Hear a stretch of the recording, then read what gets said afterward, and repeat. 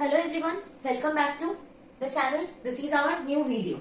We will start the derivation from the chapter current electricity. This is our first important derivation from the chapter current electricity. Before starting the video, I will tell you, please subscribe the channel and press the bell icon so that you get the notification of each video, and please share the video so that I can complete the revision series. Okay, now let's start. This is our first derivation, relation between drift velocity and relaxation time. Okay. Suppose this is a conductor. If this is a conductor, free electrons are present here and no electric field is applied here. So when no electric field is applied in a conductor, then the electrons randomly move, okay, in any direction. And when we apply electric field across the conductor, we have applied the electric field across the conductor. This is the positive end, this is the negative end. Then the electrons present in the conductor will feel attraction towards this terminal, right? Now the electric field is applied across the conductor, so electrons are moving at a particular direction. But when no electric field is applied, the electrons are randomly moving, right? In this case, the average velocity is equals to u1 plus u2. These are the velocities of electrons without the application of electric field, is equals to 0 because the motion is random, right? So when we are taking the average, the value will become 0. But when we have applied electric field, then the force applied on the electron is equals to, we know that if we place a charge in electric field E, then the suppose this is the electric field E and we are placing a charge Q here. So then the force experienced by the charge is QE, right? Here the electric field E is present in this direction. We have applied the electric field by the battery, and then the force experienced by the electron is equals to the charge of the electron into the electric field, and we know that force means mass into acceleration, that is equals to minus E into E. From here we will get acceleration is equals to this divided by m. This will be the value of the acceleration, right? We all know the formula that v is equals to u plus at, right? This is the initial velocity, this will be the final velocity, this is acceleration, it is the time required, right? So we are writing this formula here that v average is equals to u average plus a into the time average, that is the t1 plus t2 plus t3 tn divided by capital N if n collisions are there, right? This is the time between first collision. Suppose the electron is here and it is colliding with this electron. The time taken is t1, and after then the electron collide with another electron. This will be the time t2. Okay, this is the collision between first collision time, second collision time, third collision time, and this is the average time. We all know that u average is equals to 0 because u average means the average of the velocity before the application of the electric field, and before the application of the electric field the velocity was random, so the average velocity will be 0, and this is the velocity after this is the average velocity after the application of the electric field. After the application of the electric field the velocity was not random, so the value will not be 0. This is known as the drift velocity. Okay, this is known as the drift velocity, the velocity of the electrons in a conductor after application of electric field. Okay, and this u average is equals to 0. The value of the acceleration we know, that is minus E by m, and this is known as the relaxation time. The average time, this is the average time between each successive collision. Okay, this is known as the relaxation time. So we will denote as capital tau. Okay, so this will be the expression between the drift velocity and tau.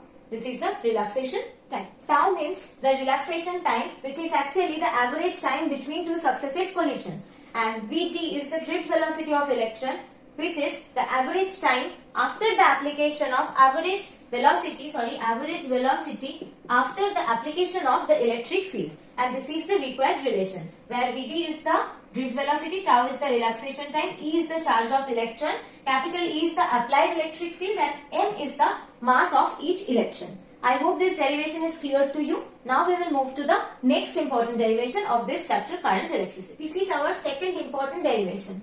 Current in terms of drift velocity. Suppose this is a conductor and we have applied electric field across the conductor. Okay. Then the electron will move in a particular direction with drift velocity. Right. And we know that Vd is the drift velocity, which is the average velocity of the electron when electric field is applied. So drift velocity means distance covered per unit time. So after t time, suppose electron is here and after t time the electron is here. So the length will be Vd into t, because in 1 second the distance covered is Vd. So in t second the distance covered will be Vd into t. This will be the distance covered by the electron in t seconds. Okay. So up to this the length of the cylinder is Vdt, and suppose the cross sectional area of the cylinder is capital A. Then the volume of this cylinder is Vdt into A. This will be the volume of the cylinder, and suppose n is the number density of electron. N is the number density of electron. That means number of electron present in unit volume. Number of electron present in unit volume. Okay. If for unit volume the number of electron is n, then for VDTA volume the number of electron will be n VDTA. This will be the total number of electrons. Okay. And we know for each electron the charge is minus E. That's why for n VDTA number of electron, the charge will be minus NeVDTA. This will be the total charge, right? If we neglect the sign of the charge, then we know that current is equals to total charge flowing in time t divided by the time t is the current. So here the total charge flowing is equals to NeVDTA divided by the time t. T will cancel out.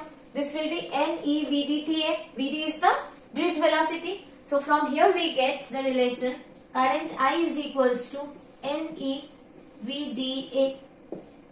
where I is the current, N is the number density of electron, E is the charge of one electron, the magnitude of the charge of one electron, Vd is the drift velocity of electron, that is the average velocity of electron when electric field is applied, and A is the cross-sectional area of the conductor. This is the expression of current in terms of drift velocity. Okay, I think it is clear to you. From here we can develop another formula, that current density. Current density. Current density means current per unit area. This is denoted as J. So here we get NeVDA divided by A. This AA will cancel out and the formula become NeVD. Okay. So from here we get that current density is equals to NeVD. This is another important formula to remember. This is another important derivation from the chapter current electricity. We have to prove Ohm's law. This is a form of Ohm's law. We have to prove this. Generally, we know the form of Ohm's law is equals to V equals to IR, right? This is well known to us. But this is another form of the Ohm's law. We will get this form of the Ohm's law from this well-known form. Okay, this is the proof. So let's start. We know this is the potential difference, this is current, and this is resistance. Potential difference means electric field into the distance. So we can write it as E into L. And we know the expression of the current we have derived, that this is NeVDA. And we know the expression of resistance, that resistance is equals to rho L by A, where rho is the resistivity, L is the length of the conductor, and A is the cross-sectional area of the conductor. So in place of R, we can write rho L by A. Okay, this is clear. So from here, A is cancel out and L is cancel out. So E is equals to NeVD rho. We know that rho is the resistivity. We know rho is the resistivity and 1 by rho is the conductivity. Okay. We will denote this conductivity as sigma. So sigma is equals to 1 by rho. This is another relation. So from here we can write that E divided by rho is equals to NEVD. From here we can write 1 by rho is equals to NEVD by E. 1 by rho means sigma. Okay. So from here we can write that sigma E is equals to NEVD. Okay. We know NEVD means J, the current density. So here we can write that sigma E is equals to J, the current density. So from here we get that J is equals to sigma E. We got this formula from the formula V is equals to IR, right? So these two are the forms of the Ohm's law. We have derived this form of the Ohm's law from the well-known form of the Ohm's law. Okay, I hope this derivation is clear to you. Now we will move to the next derivation. This is our next important derivation from the chapter current electricity. We have to prove the condition of the balanced Wheatstone bridge. Okay, so what is balanced Wheatstone bridge? At first see the circuit of the Wheatstone bridge. Four resistances are there, P, Q, R, S, and this is a galvanometer and this is a battery connected. This circuit is known as Wheatstone bridge circuit. Okay, here when the ratio of the resistance P by Q is equals to R by S, this condition is known as balanced Wheatstone bridge condition. Okay, and balanced Wheatstone bridge condition means when P by Q equals to R by S, then the deflection of the galvanometer will be zero. That means when current passes through the galvanometer deflects. But when no current is passing through the galvanometer do not deflect. This is known as no deflection condition and this is known as the balanced Wheatstone bridge condition. This is the no deflection condition. So when the ratio between P by Q equals to R by S, then the current through the galvanometer will be equals to 0. Okay, so we have to prove when the current through the galvanometer is equals to 0, then this condition is satisfied. Okay, so let's start. Suppose current is flowing through this circuit I and the current divided in two ways, I1 and I2, and from this junction no current is entering in the galvanometer, so the entire current is going through this path, and this I2 is coming this way and no current is coming from the galvanometer, so here I2 current is going. Okay, here I1 I2 meet and we will get finally the current I. This is the total current distribution when galvanometer is in no deflection condition. Now we will apply Kirchhoff's law here and here also. In case of Kirchhoff's law, when we are going opposite to the direction of the current, the potential drop will be negative. Here we are going opposite to the direction of the current, so the potential drop in this loop, suppose the name is the first loop. In case of first loop, we are going opposite to the direction of the current, so the potential drop will be minus I2R. And here we are going along the direction of the current, so the potential drop will be I1P. And here we are going through the galvanometer, but the current is 0 through the galvanometer, so the potential drop will be 0 into G is equals to 0 according to the Kirchhoff's voltage law.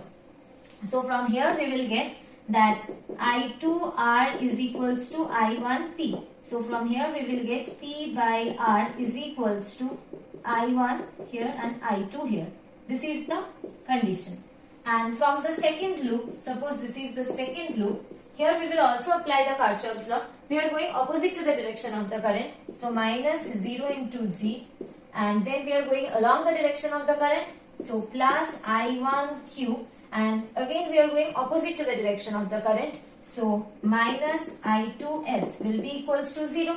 Okay, now this will be 0 plus I1Q is equals to I2S. So I1 by I2 is equals to S by Q. So from here we will get I2 by I1 is equals to Q by S. Okay. So from this first equation and the second equation, we can equate.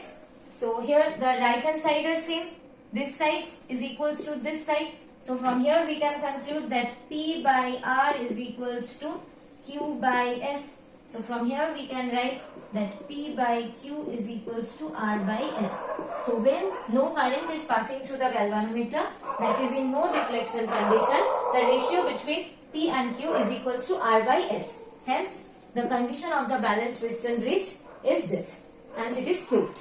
This is our last important derivation from the chapter current electricity. I hope you understand. Please like, share and subscribe the channel. And if you want that we will continue the series, then please share with your friends and subscribe the channel. Thank you everyone.